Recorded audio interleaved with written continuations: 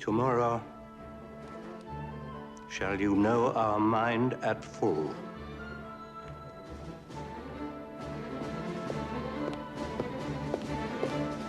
Thus, with imagined wing, our swift-seeing flies, in motion of no less celerity than that of thought!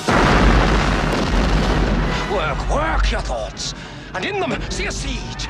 Behold the ordnance on their carriages, with fatal mouths gaping on girded Harfleur.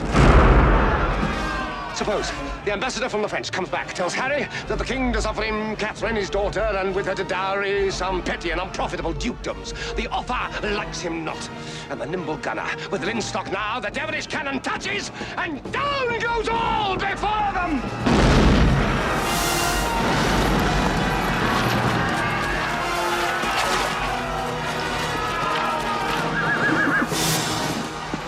Once more into the breach, dear friend! Once more! Or close the wall up with our English dead!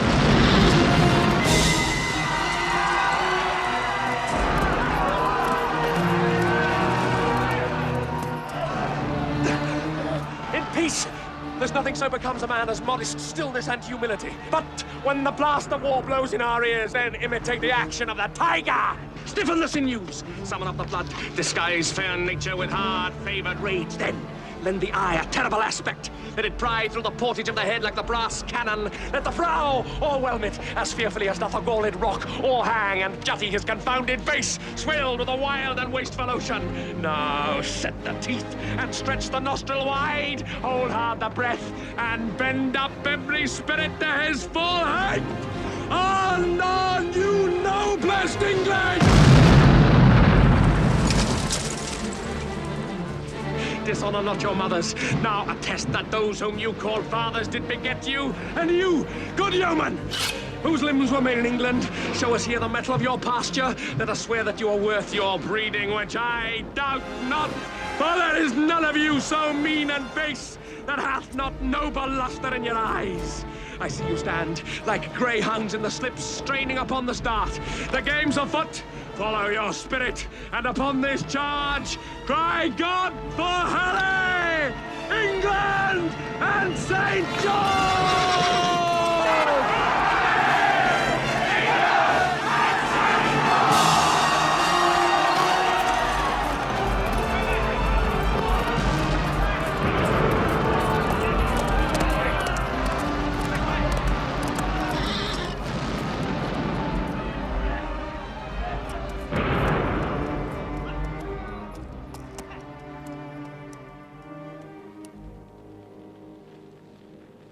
How yet resolves the governor of the town?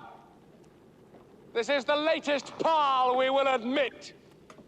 Therefore, to our best mercy give yourselves, or like to men proud of destruction, defy us to our worst.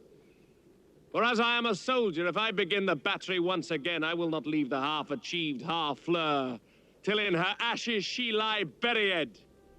Therefore, you men of Harfleur, take pity of your town and of your people, whilst yet my soldiers are in my command, whilst yet the cool and temperate wind of grace o'erblows the filthy and contagious clouds of heady murder, spoil, and villainy.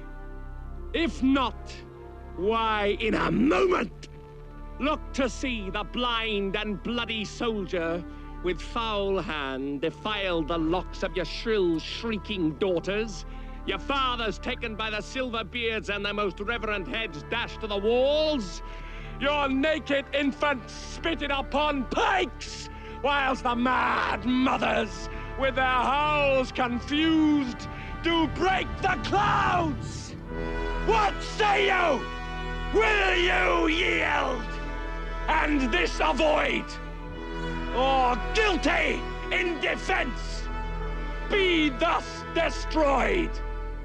The Dauphin, of whose succor we entreated, returns us that his powers are not yet ready to raise so great a siege. Therefore, dread King, enter our gates, dispose of us and ours, for we no longer are defensible.